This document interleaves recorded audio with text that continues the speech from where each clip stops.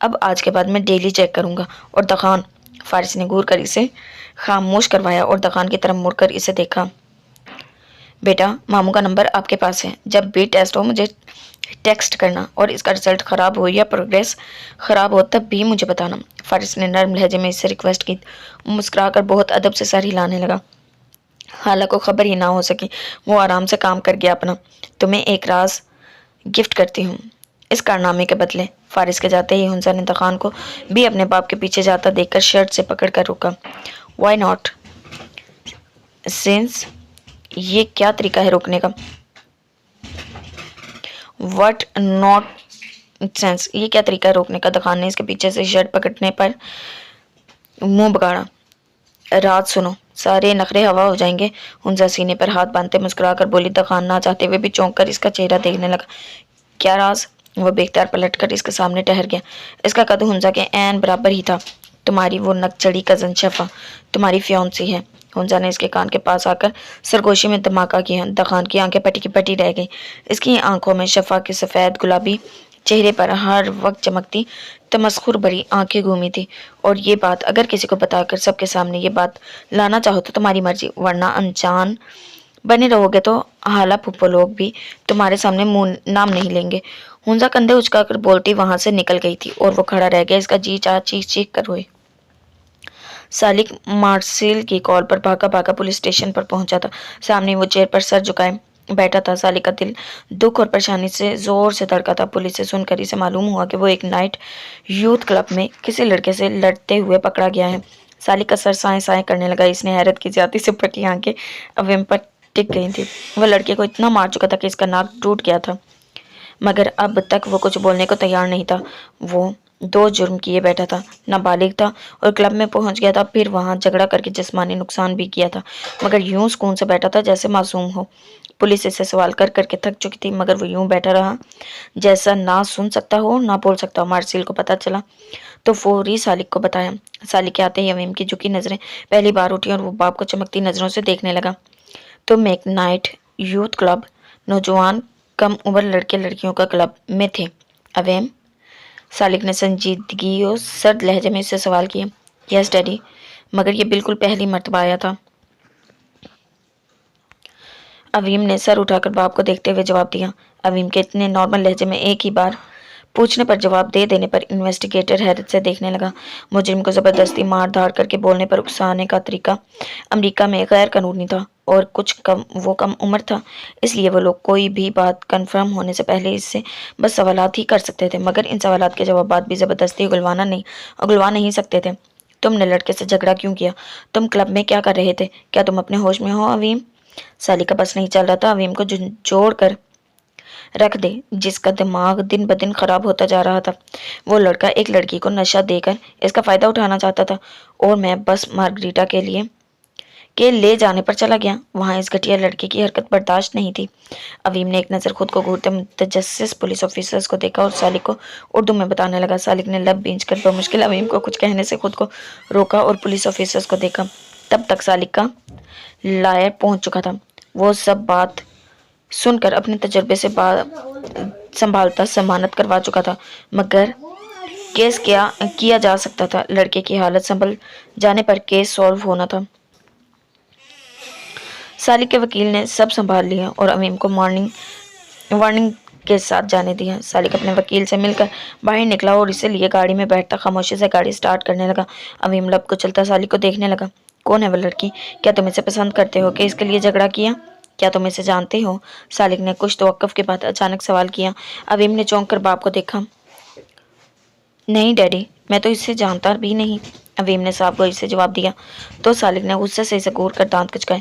وہ تو سمجھے بیٹھا تھا شاید اویم اس لڑکے کے عشق میں کلب پہنچ کر جھگڑا مول لے چکا ہے، مگر اویم کے اتنے پرسکون جواب نے اس کا دماغ جھنجھنا۔ تم کیا کر رہے ہو اویم؟ کیا تم نے اس نائٹ کلبنگ کرنے والی لڑکی کے لیے جھگڑا کیوں کیا، اور تم وہاں کلب میں گئے کیوں؟ سالک نے دبے دبے لہجے میں چلا کر کہا۔ اسے اویم پر شدید غصہ آ رہا تھا، جو 16 سال عمر میں کلب کی رونقیں دیکھتا، جھگڑا کر کے پولیس والوں کو بھی دیدار کروا چکا تھا، اور کیس بھی سیریس، جھگڑا بھی چھوٹا موٹا نہ تھا، جسمانی نقصان تھا اور اچھا خاصا تھا۔ I told you daddy, not again۔